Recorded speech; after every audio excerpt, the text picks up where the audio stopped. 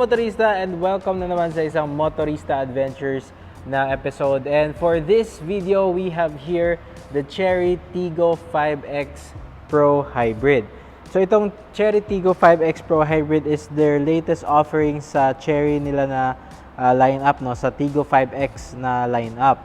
So today, let's go over the specs and features and everything that you need to know if you're planning to take a look at Chery Tiggo 5X Pro Hybrid. So, simulan na natin sa ating front fascia. So, when it comes to the Tiggo 5X Pro Hybrid na looks, no, it's still the same as the regular Tiggo 5X with some little differences here and there lang mga motorista, no.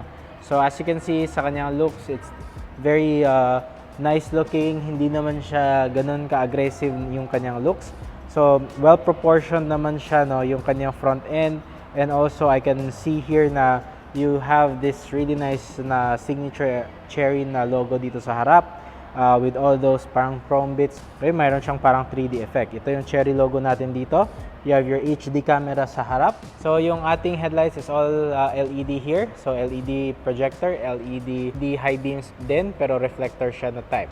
Okay, and then turn signal lights natin is bulb type na.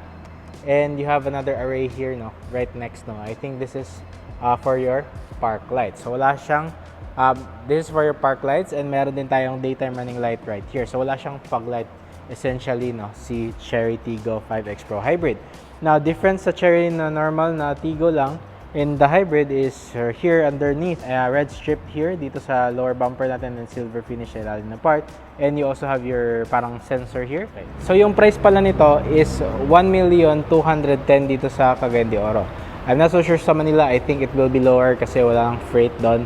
Dito is 1,210,000 mga. So kita nyo mga motorista yung ating tires and rims. These are GT na tires, and then 215 by 55 R18, very low profile and aggressive yung design niya, no, sa ating rims. You can also see na meron tayong ano dito, no, gray finish, and then parang brush metallic finish sa harapan na part. So McPherson struts tayo dito sa harap.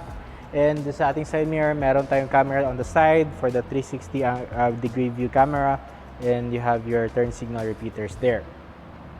Right. Now, dito naman sa ating roof, kita nyo meron tayong sunroof. Okay, hindi siya yung panoramic, pero okay lang din, at least you have a sunroof. Ayan, meron din tayong roof rail as standard for this top spec hybrid variant. And moving on to the back, meron din siyang rear disc brakes, no. What I really like about the 5X Pro is hindi siya torsion beam sa likod. It is an independent suspension dito sa likuran na part, mga motorista, which is nicer kasi mas stable siya and hindi siya masyadong magalaw. Okay? Independent rear suspension. Dito sa likuran din, yung design natin is parang magsasurround yung ating taillights here, bulb type yung ating signal lights, and yung ating reverse light. Now, you have your Tiggo 5X Pro na naming here, yung Chery na name here, and then you have your hybrid badge there. Okay, so si Chery Tiggo hindi siya yung full hybrid talaga. So, it is a mild hybrid system. So, tignan natin yung powertrain ng ating Chery Tiggo 5X Pro Hybrid, mga motorista. So, this is a 1-liter turbocharged engine. So, maximum output nito is 154 horsepower. And 213 Newton meters of torque, and that figure is very good. So hindi siya bitin, no, kasi again the torque is a lot, no, at 213 Newton meters. And also, aside from that torque, is you have a 48 volt system here. So it is a hybrid technology that cuts fuel consumption by up to 13% according to Chery. And also meron din silang 48 volt battery and belt starter generator motor. So, bali, ito siya is it assists, no, the start-stop system para mas madaming system yung gumagana while the engine is turned off. So, that's how you save fuel. And again, because of that system, mas tipid to than a normal combustion engine. So, this engine, mga motorista, is paired to a continuously variable transmission. Okay, so dito naman sa loob ng ating Chery Tiggo 5X Pro Hybrid, so very well appointed interior here, mga motorista, na maganda yung ating mga materials here. From the doors, soft touch siya, and then from this panel right here, lock and unlock natin ng mga toggles is napakalaki. And also, pag sinara mo siya, hindi siya tunog lata mga motorista, talagang solid yung mga pinto nito. And also, you can feel na this is synthetic leather, no? Pero at least it's soft touch, no? Pati yung armrest natin. So, as expected na yan, no? Right now, for 1.2 million pesos. So, ayan, you can see your adjustment for the mirrors. And then, auto up and down. For the rear windows, kailangan mo siyang i-hold. And you have your bottle holders here. And you can put a lot of stuff dito sa side. Now, dito naman sa mga buttons natin, on the driver side, you can see meron tayong traction control button off, you have hill descent control, meron din tayong auto stop na button here. If you want to turn it off, you have to press this button. And then, you have your headlight level adjustment dito. Ambient lighting, which is really nice, especially at night, maganda tong tignan. And yung ating steering wheel is tilt and telescopic na siya. So, that's really nice. Dito naman sa ating stocks, automatic headlights din tayo. So ngayon, on natin yung sasakyan and kita nyo here, you have your screen dito sa ating center. This is a 7-inch fully digital instrument cluster. So yung permanent na mga markings lang here is yung temperature gauge and yung fuel gauge. Aside from that, this is all color TFT. And as you can see, you have your tire pressure monitoring system sa harap natin. Ayan, pati yung temperature ng mga tires. You have your liter per 100, yung ating mga trip meters. Okay, and then lots of things you can do on this screen. So you can check your yung mga fault code kung meron man, diba? So ayan, zero fault right now.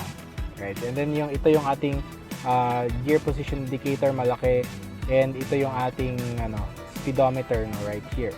So I think you can change it on the settings yung mga display natin, or I'm not sure if this is permanent. By the way, meron tayong cruise control and meron siyang speed limiter.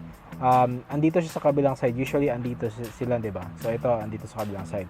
You have your volume knob, call buttons, and next button for our 10.25-inch high definition display na infotainment system.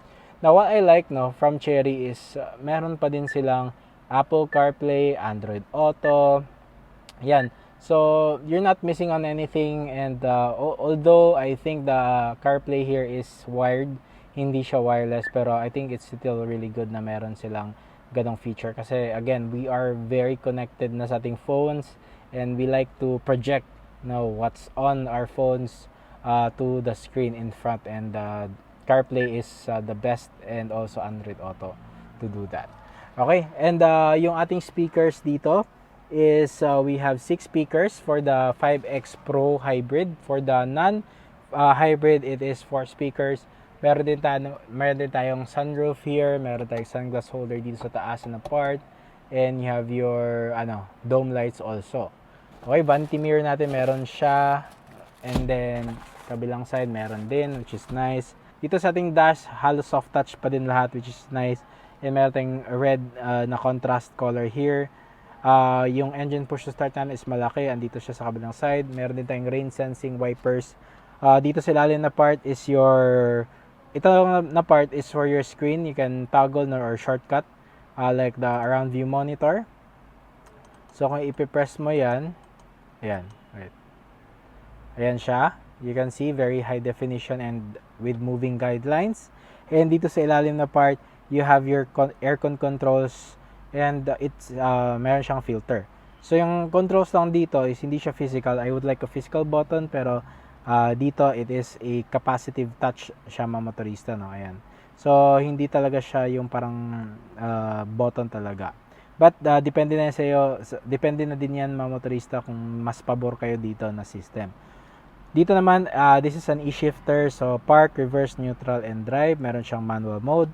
Meron din tayong electronic parking brake with auto hold, and also we have here your wireless charging pad. Dito sa kabilang side, you have leather armrest. Kung bubuksan natin siya, meron tayong cup holders na moving, isa malaki, isa maliit. But that's the only cup holder that you have. So meron kasi siyang split type here, which takes up space. Pwede kang magtago ng mga gamit dito. Yan yung USB natin and 12-volt outlet. Okay, meron din tayong lalagyan ng mga phone here. So that's parang hidden na din na compartment. Meron din tayong air conditioning dito sa ating vent center armrest. And malaki yung ating cubby space here or storage space.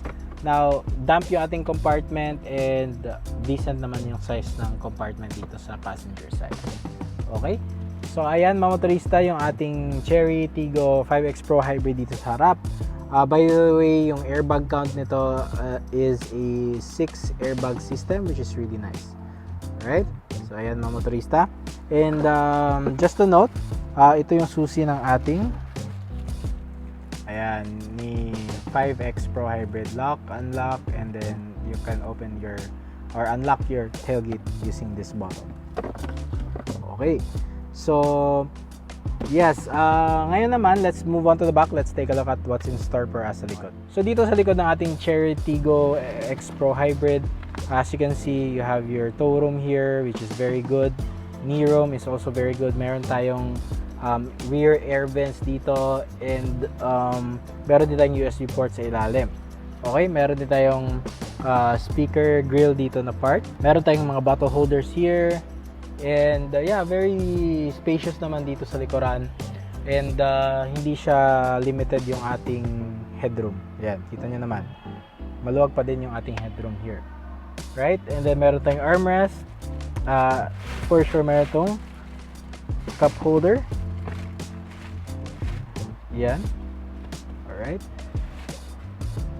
And then dome lights is LED dito sa likuran. So ito yung tailgate nating Chery Tiggo 5X Pro.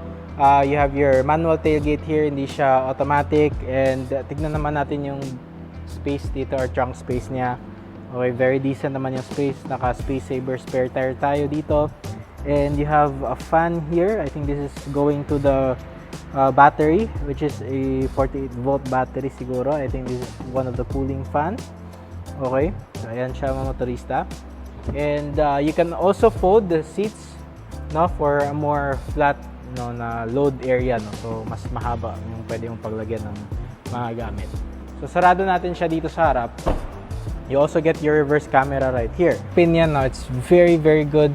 Price to spec mga motorista, no, from Chery, and quality is there. Maganda yung 360 camera, very comfortable here. I'm not so sure how it drives, but if this can get good fuel economy, I think this is already worth it buy, no, in my opinion. So what do you think mga motorista? Let me know down sa ating comments. Once again, this is Adrian. You're watching Motorista Adventures, and I'll see you on the next episode. Bye-bye.